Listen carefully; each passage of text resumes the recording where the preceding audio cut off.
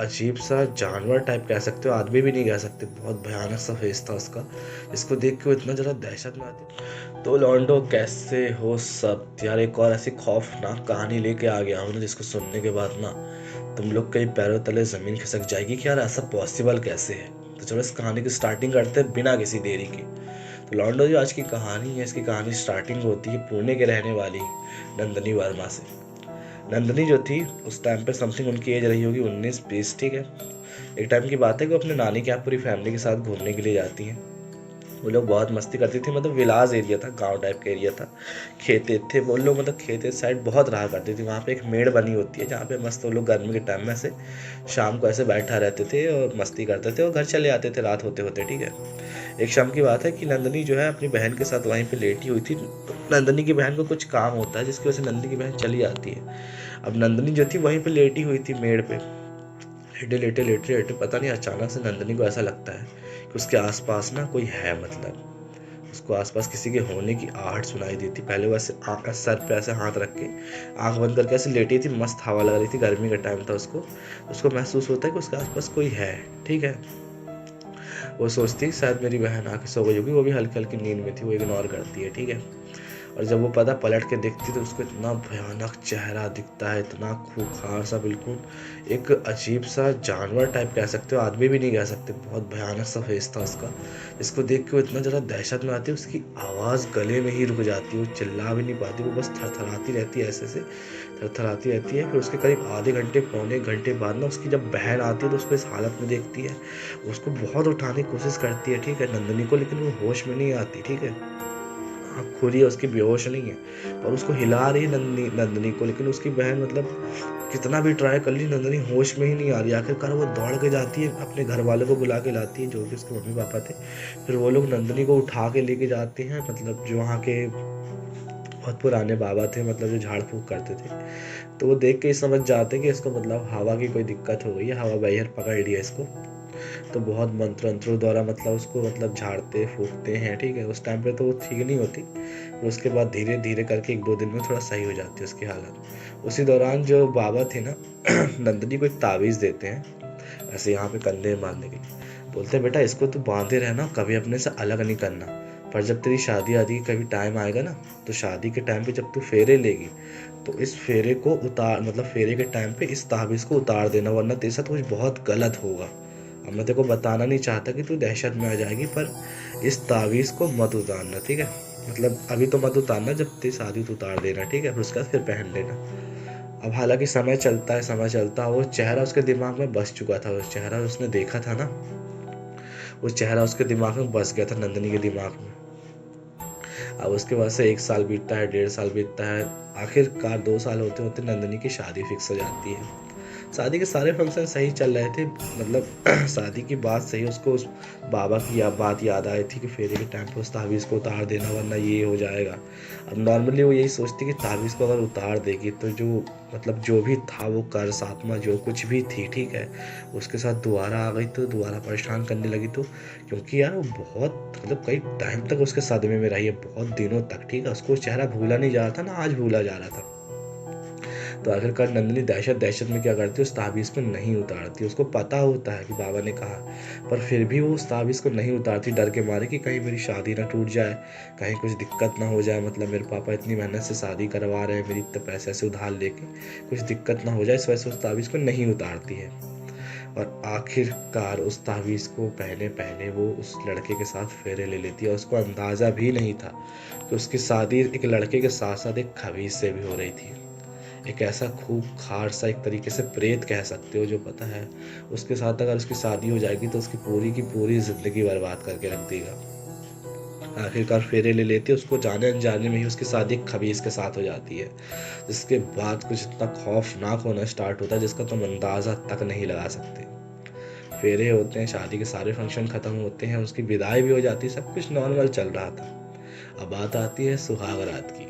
सुहाग रात के नाम से लड्डू नहीं फूटेंगे, कुछ वैसा नहीं बताने वाला, हॉरर स्टोरी भैया, जीभ ना लुटपटाए तुम लोग की, ठीक है। तो यार अब बात आती है सुहाग रात की, ठीक है। सुहाग रात में नंदनी ऐसे बैठी होती है, बाकी भी मतलब मेहमान सब आ रहे होते हैं, जा रहे होते हैं। फाइनली जो दूल्हा था वो आता है, दूल्हे का नाम क्या था, नाम नहीं पता, चलो राकेश अपन एग्जाम्पल के लिए नाम दे देते हैं, ठीक है। राकेश जो था रूम में एंटर करता है, जैसे तैसे उसके पास आता है, ठीक है, बैठता है, बात करता है, क्योंकि पहले भी नंदिनी की उससे बात हुई थी, नंदिनी बहुत नॉर्मल बिहेव कर रही थी, ठीक है। वो नंदिनी से बहुत खुश था कि मतलब अच्छी लड़की है, बात करने का सेंस है, ये वो। पर उस रात नंदिनी को पता नहीं क्या हो जाता है। पहले तो नंदिनी सही बैठी थी, वो भी एक्साइटेड थी मतलब सुहाग रात के लिए, ठीक है।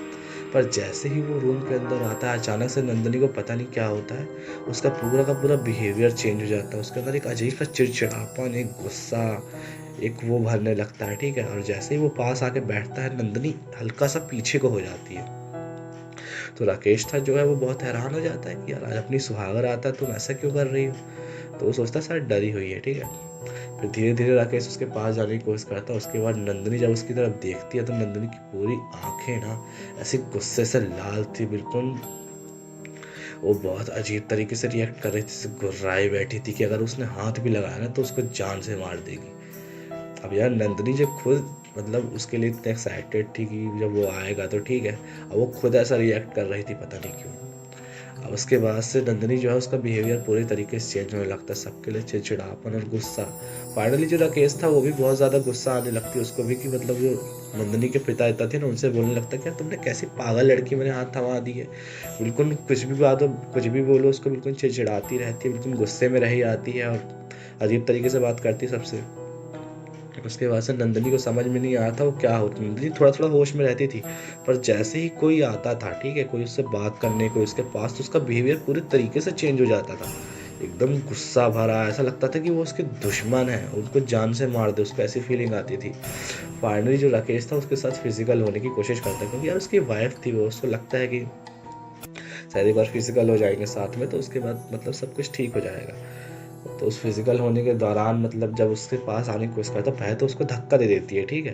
तो उसके बाद भी फिर भी राकेश सोचता है कि शायद थोड़ा बहुत ऐसी नौटंकी है, उसके बाद सब ठीक हो जाएगा, ठीक है।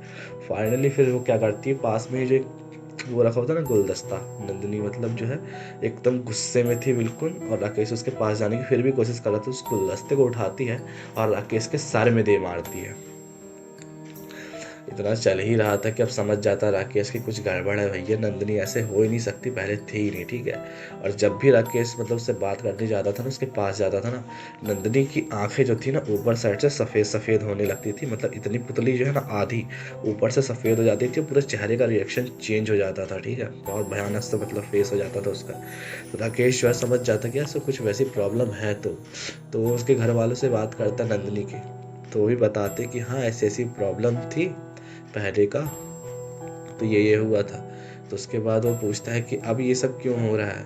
तो मतलब उनको याद आता है कि हाँ ताबीज़ को उतारने के लिए बाबा ने कहा तो था शादी के फेरे में, लेकिन इन्होंने नहीं उतारा, तो ऐसा ऐसा हो सकता है उसकी वजह से हो गया।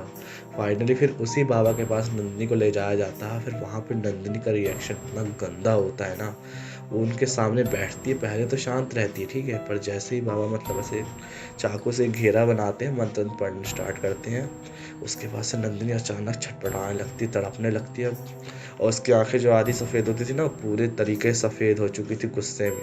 और वो बोल रही थी, मतलब एक लड़के की भारी आवाज़ में बोलती है, आदमी की, मैं इसको नहीं छोड़ूंगा, ये मेरी है, मैं इसके अलावा मतलब इसको किसी और का नहीं होने दूंगा, ऐसे मतलब बोल रहा था, ठीक है। बहुत खौफनाक सा वहाँ पे सीन बनता है। जैसे तैसे बाबा मंत्र पढ़ के साधना द्वारा अपनी जैसे तैसे नंदिनी के अंदर से उसको निकाल पाते हैं और उसको दूसरी तावीज़ देते हैं, जिससे उसको मतलब फ्यूचर में दिक्कत ना हो। और जो बाबा थे वो बताते थे, मतलब बताते हैं कि बेटा यहाँ पे इसके साथ क्या हो गया कि जब मैंने ताबीज़ उतारने को कहा था ना, इसने नहीं उतारा, तो एक खबीस था जिसने तुम्हारे साथ मतलब फेरे लिए थे, तुम दोनों के साथ, मतलब इसके अंदर समा के फेरे लिए थे। इसके बाद वो इसको जो है अपनी पत्नी मान बैठा है और छोड़ने के लिए राज़ी नहीं था। तो मैंने मतलब जो अपने से हो सकता था कर दिया, पर तुम ध्यान रखना कि इसकी तावीज़ ना उतरने पाए। और आज तक 7 साल 8 साल हो गए, नंदिनी उस तावीज़ को नहीं उतारा है। तुम लोग कमेंट करके बताओ स्टोरी कैसी लगी, अच्छी लगी तो लाइक कर देना। मिलते हैं नेक्स्ट स्टोरी में, तब तक के लिए बाय बाय, जय श्री राम, जय सीताराम।